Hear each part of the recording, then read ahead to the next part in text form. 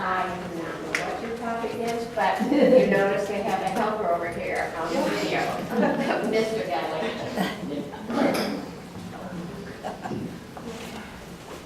Well, I'm glad that a book was mentioned, and I'm glad that some of you give sophisticated programs. This is my part of what will turn out to be a sophisticated program.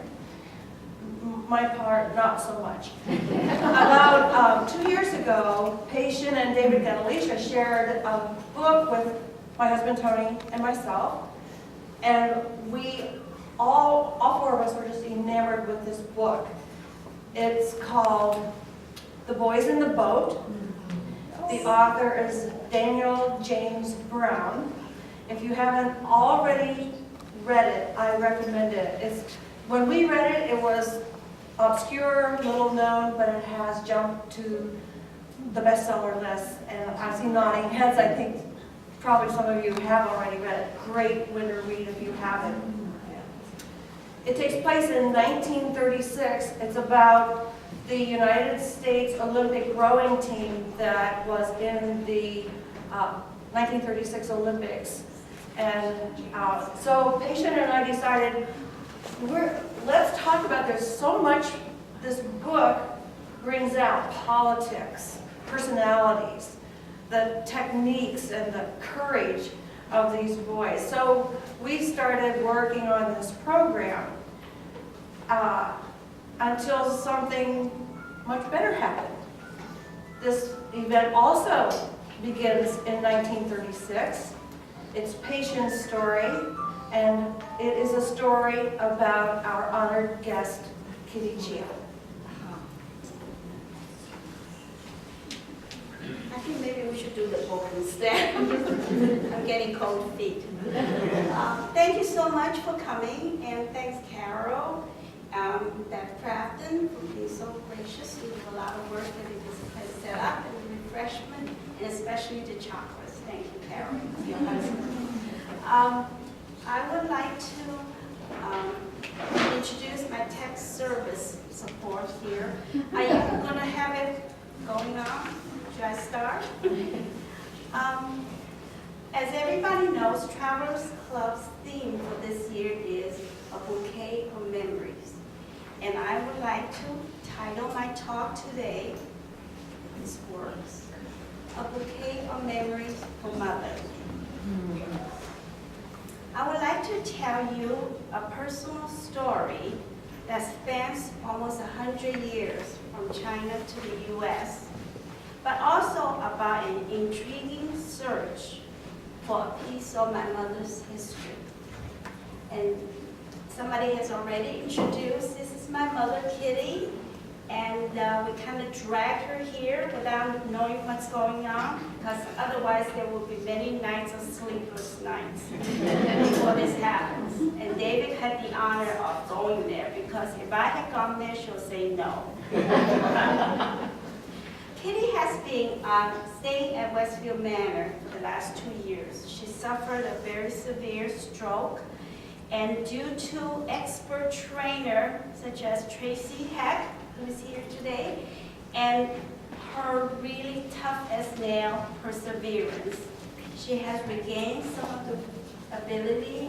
She can walk with a walker a short distance. It's really, really very fortunate to have somebody like that fighting. Let me just go over very briefly her short life of 98 years. She was born in Shanghai, 1916, and unfortunately she lost her mother at the age of 5. And because of the uncertainty of many things happening in that country and her father's career, she moved a lot, all over the place in China, until she landed in Nanjing, which was the capital of China at that time, and she graduated from high school there in Nanjing. She was I think she was 16, and she decided to take the entrance exam for a university 600 miles away, all the way north in Peking or Beijing. Sometimes people pronounce and it's called the Yanjing University. It was a brand new school, and she thought she would like to go there. And later on, at one of these informal chats I had with her, I said, why did you apply for Yanjing, in Beijing? Did you want to get away from the home? Which is, I can say we all did that, right? We want to get as far away as possible for college. In those days, this is 1933, not many women attend colleges or universities. She was in the forefront.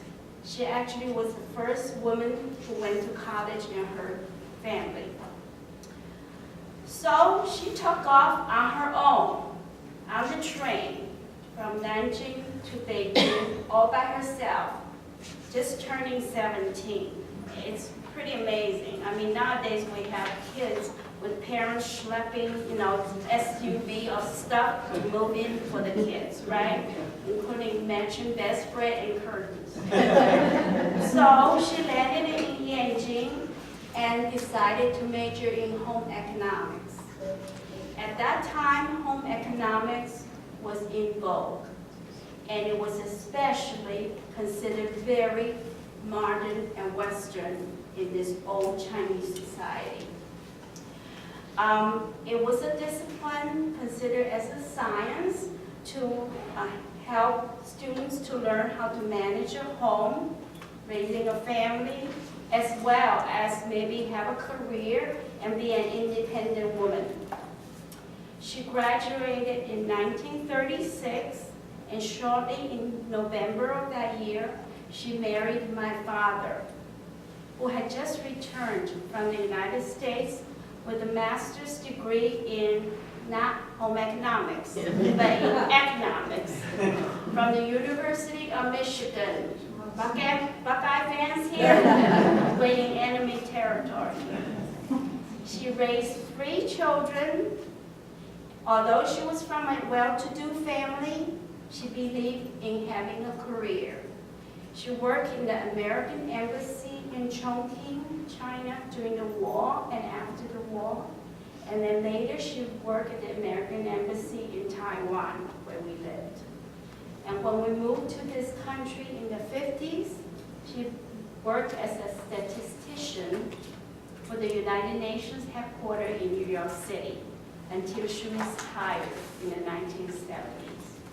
Then she moved here to Worcester when my father passed away in 1998. So this is a rundown of 98 years' work. For the past 16 years, she gets the mail, and I bring it to her, and among that, she always gets an alumni magazine from her alma mater, Yanjing University. This June, the magazine came. She read it, it's in Chinese, and she said to me, you know what? There's an article about the history of home economics at Yanjing University. And then she added, towards the end of the article, there was an entry, 1937, with my name and my thesis title, 依附简论. I translated loosely, a study on fashion. This is what Ginny Gunn, the home ec professor. She said, I wonder if it's still around. I wonder if it's being kept. There's so much has happened in China with wars, invasion, and change of regime. And besides, my school isn't there anymore. It has become part of Peking University after 77 years. And then she said to me, kind of in a hushed tone, she said, you know, I was really worried about that thesis. I was afraid if I flunked that thesis, I was not going to graduate. I guess you did pass it, you graduated. So David and I started thinking, wouldn't it be nice to track that thesis down, even though it just seems so impossible, and present it to her? And that would be the best news we could hope for. Even if we don't, maybe we can find some information just from the good old days at college. Now, and no leads. The only thing we could think of is in the alumni magazine, there's an email address of the editor. We don't even know who he is, where he is. He might be in China, he might be in the States. So I said to David, would you please email this editor? Being from a profession in teaching, you might kind of trigger a response from him instead of some old lady from Worcester, Ohio. So he emailed the editor explaining if we could find out the writer of the article and where he is, where we can contact him. A week later, the editor replied. He said, the author is Professor Wang.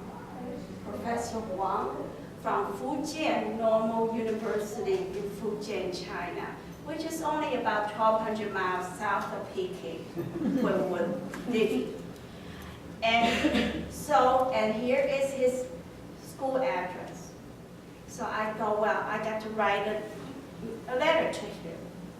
Now you don't know, my Chinese is poorer than my English. I've been here for almost 60 years. At the age of 13, I moved here, and my Chinese is really rusty, especially to write a formal letter of inquiry in Chinese. So I got smart. I wrote it in English and emailed it to my dear cousin Mary in Taiwan and said, would you please translate it for me into proper Chinese and send it back to me? She's such a dear. Of course she did. She translated it and she added even the contact, my street address and email address in the letter. So the letter came back to Worcester. I printed it out, put my John Hancock name right in there as if I wrote it, and sent it out by snail mail to China. Then the waiting began. You know, you heard of slow boat to China, right? Even airmail takes a long time. So about 3 weeks later, an unfamiliar Chinese name appeared on my inbox, email inbox. It was Professor Huang. He wrote a Chinese letter to me, and he even sent a picture of himself. This is the young Professor Huang. Looks like a kid, younger than my children. He said he is a professor of Chinese literature at Fujian Normal University, which is a very big place. I Googled it. I think that university has like 20,000 students. He said, I'm really very stressed out with my teaching and everything. And I just became a new father. But I would love to help any alumnus from Yanjing University.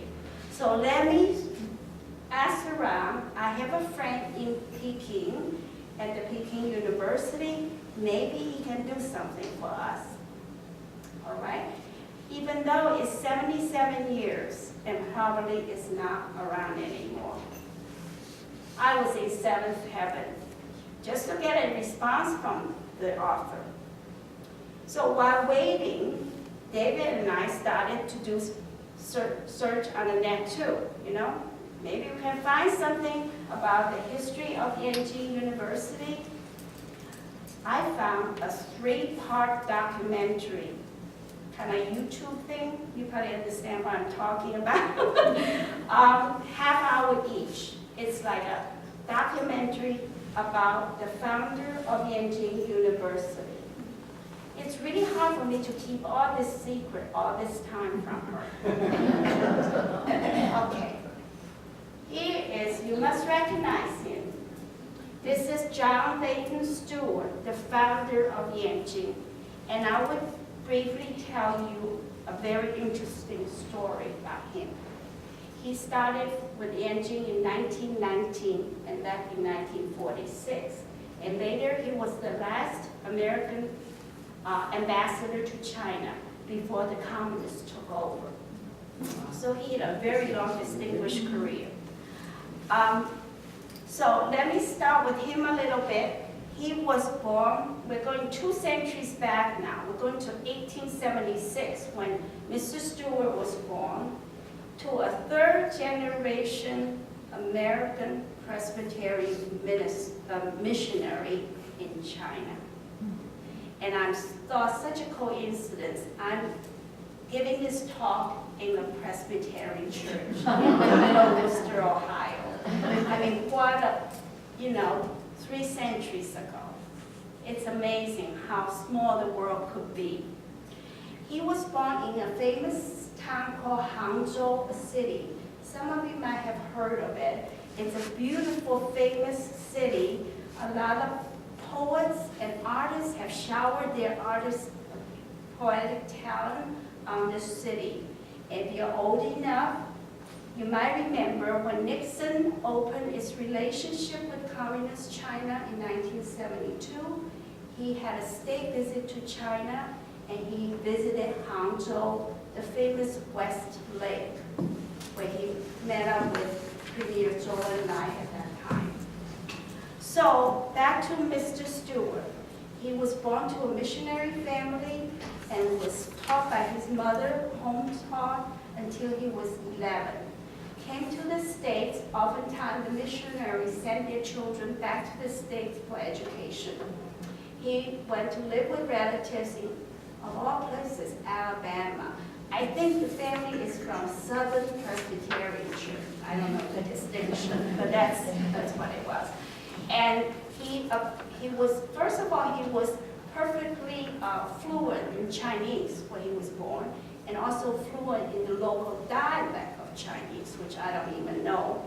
And then when he went to Alabama, he acquired a Southern accent.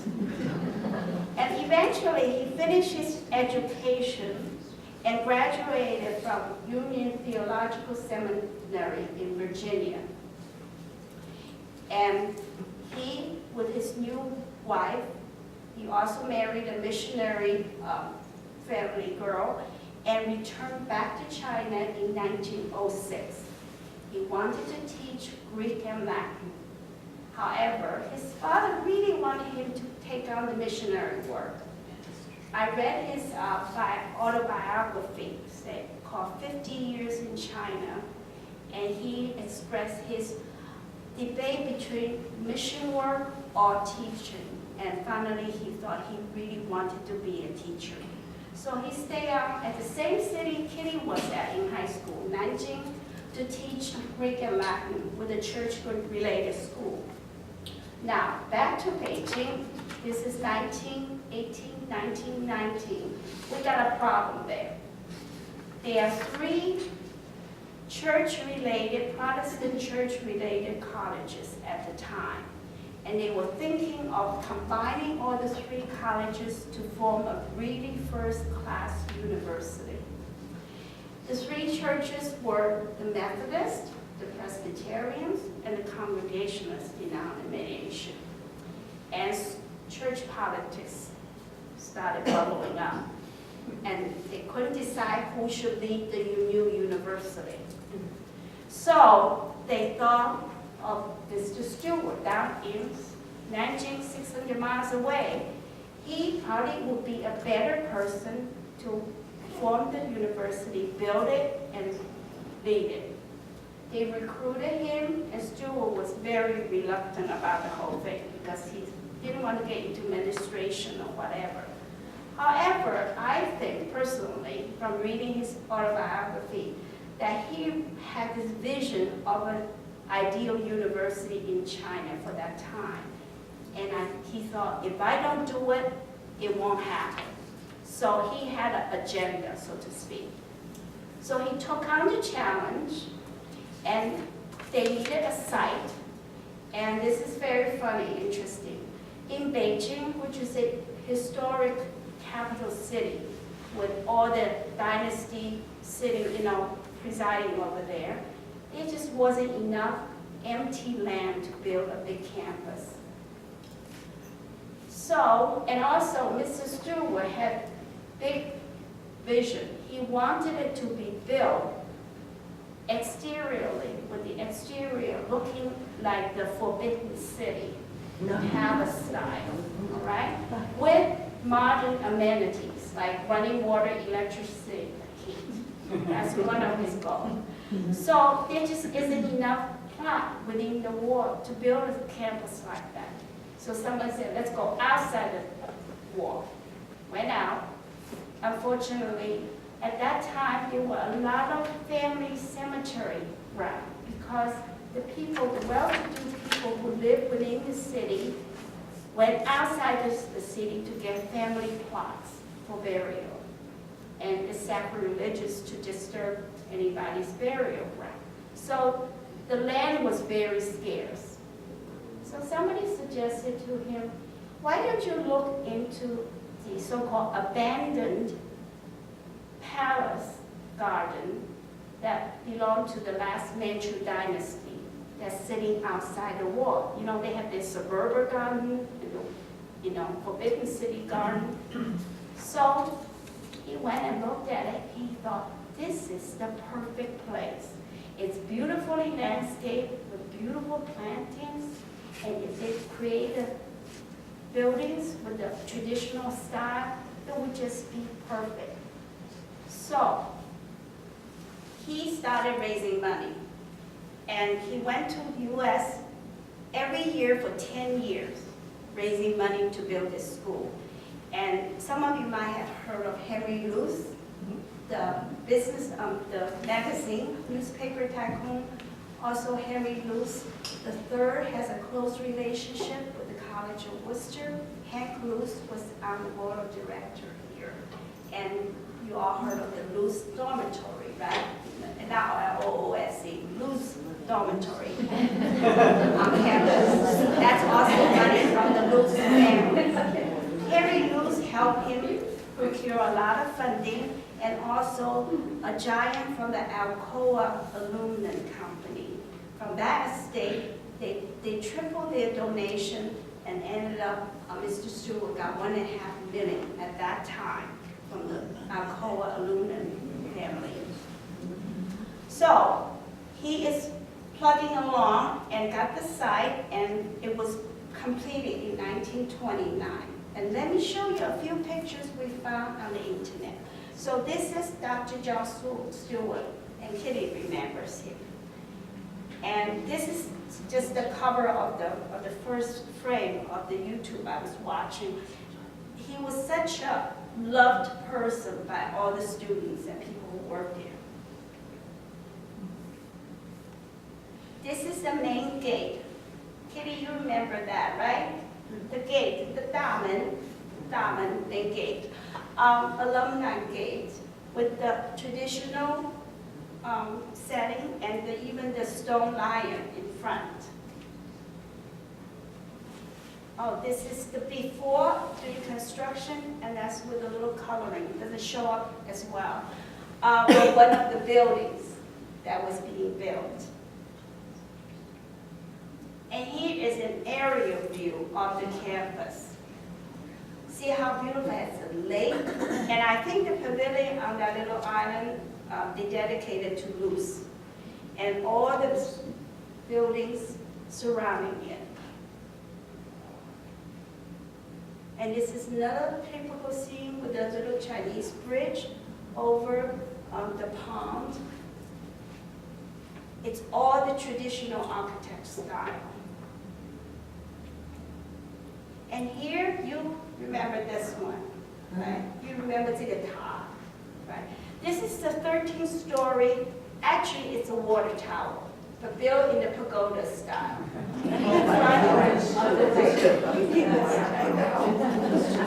So, work completed. They opened in 1929. It was one of the top 3 universities in China. And I read somewhere it was complimented as the most beautiful campus in the world at that time. And so it was, I never knew, I never seen the place. I just, never thought about how beautiful it was. So, go back to our search. I decided I couldn't wait, so I had to email Professor Wang again, because I'm not going through my cousin again. So I wrote a short email in English to the professor, and telling him how much we appreciate his help, and also send him a picture of Mom and I to kind of get a little personal touch to my correspondence. And he replied in English. He said, the Peking University library system is down. Now, I'm sure you all love to hear that, right? When a computer crashed or down. I mean, I have had my whole career in IT, and that's what I hate to hear. Down. That means middle of the night, I'm going to the office and fix. So it's down. And once it's up, that's what we like to hear, he thought his friend may be able to send us a copy of her thesis via email. We were ecstatic, you know? However, the system is down. I don't know how long this is going to take. And the talk is coming up. So he sent me some old photos from the internet. He said, well, you might be interested of student life in the 30s. So I will briefly go over a few life on campus. This is a typical courtyard. Chinese like to have a courtyard with building around it, so it's away from the elements. And this must be some meeting. And you can see the Western suited man with the Chinese traditional long gown. So it was a very kind of cosmopolitan time. And here is a dorm, co-ed dorm. The 4 ladies looking at whatever they are looking at. And there is a Western movie star on the wall in the back. David and I don't know who she is. Couldn't figure out who it is. Here is dining hall.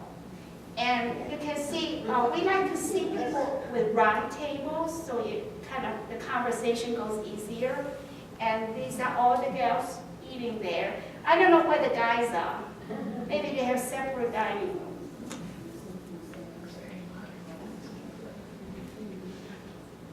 Here's a typical table of 8, we usually call it. Somebody got up to get something. And look at all the dishes in the middle there. I mean, they were well fed. And then there's a waiter in the back, you know? So I think Lowry Center eat your heart out, you know? And here's a cute one, field work. I'm guessing it's either home economics or early childhood education. You got 4 students gathered with their little toddlers, all bundled up. It's really cold. No central heating. So look at these kids. So I'm just guessing either it's home ec or early childhood ed. And here is, this one, I'm pretty sure this is home ed. This gal is taking scrupulous notes about what they're eating, and the chopsticks are flying. Okay, she's taking notes of what the kids are eating. And this is the picture I want to kind of go over. One night, I was watching that Stewart YouTube, this 1.5 hour thing again for the 4th time or whatever it was, hoping I see something. As I'm going bleary-eyed, the last part of this documentary went by, and there was this group picture. You know, it just goes by. And my subconscious thing, did I see her? Did I see her? And of course, I don't have the technology to freeze or rewind, so I went back to the beginning of the documentary and started watching again. So I went through an hour. Finally, it's coming. And it went by again. And I thought, I'm pretty sure about that. So I called David. He was in Florida. And I said, David, I think I saw a picture that's really good. And so first of all, tell me how to freeze the frame, all right? And tell me how to keep it, save it on my desktop. And I told him it's probably 1 hour into the thing, blah, blah, blah. So finally, the 2 of us got onto the same frame, the same picture. And David looked at it and David said, I don't know, because I never knew her when she was that young. True enough. And I sent an email to my 2 kids. Do you think this looks like Abu? They come back and they say, we don't know Abu that young. So, I suspect the lady in the black sweater in the front row holding on to something. Is that you? I think so.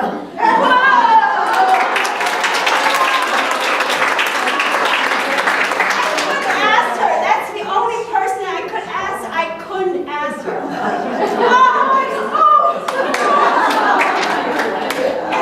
The next day, I thought, well, I'm going to send it to her 82-year-old half-sister Molly in New York. See what she thinks. I mean, she kind of grew up with her. So I emailed her and I said, would you please see if that lady is your sister? And I cannot tell you why I'm asking this question. She comes back with a one-line email. She says, I think it is her, but she looks fat.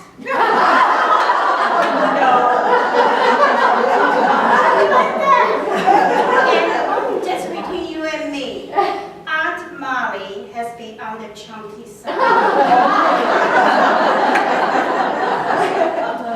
So, I'm so happy. I think I can just quit talking. I lost my place even. Anyway, okay, let me get back to this.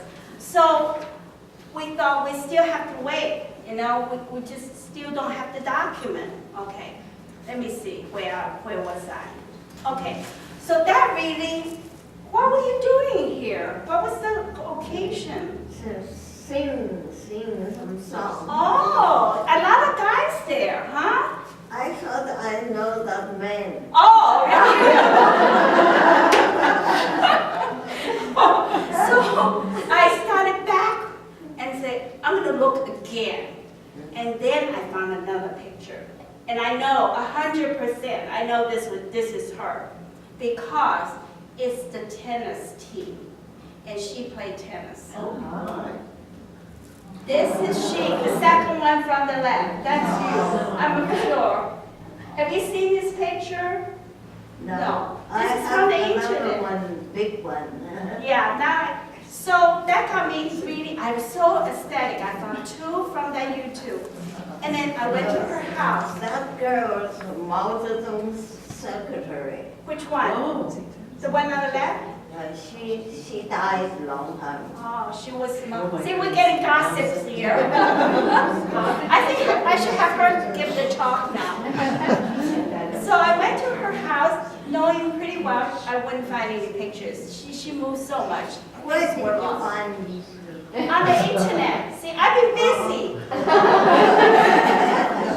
So I only found 2 in your house. Somebody sent them to you.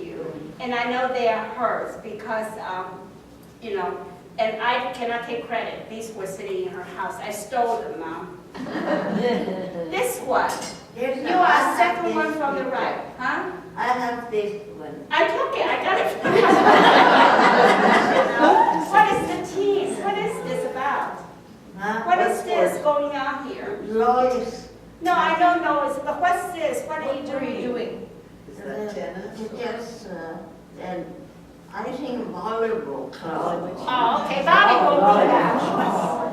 But I want to show how interesting. You have a Caucasian student all the way on the left, right? It was so cosmopolitan. And then next to her, she mentioned is Lois. I call her Auntie No Lois. You know the second one. Yeah, I know the second one. She's 1/4 Caucasian. Actually, she's such a dear. She helped us find our first apartment in New York when we moved here. So I remember her fondly. And by accident, everything just happens.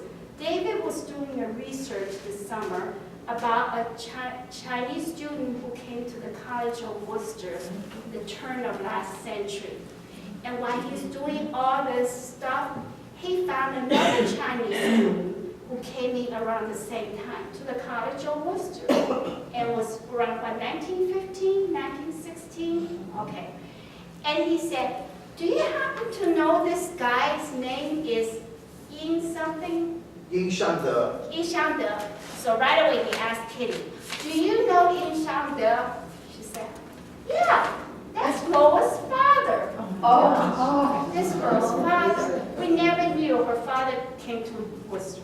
So it's a small world.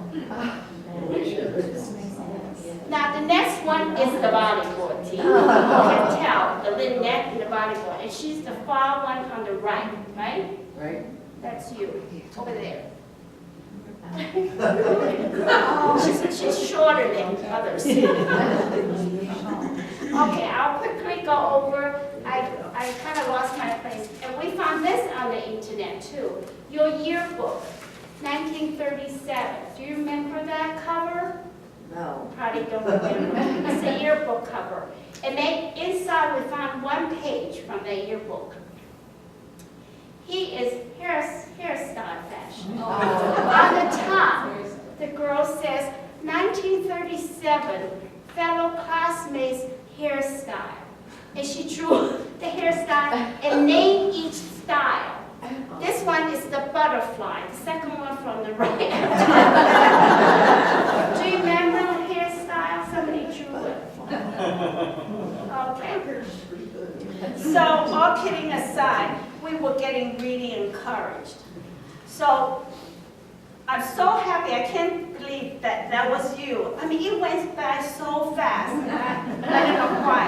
I was half asleep, actually. Okay, a week before Thanksgiving, we're getting close. Another email came from Professor Wang with good news.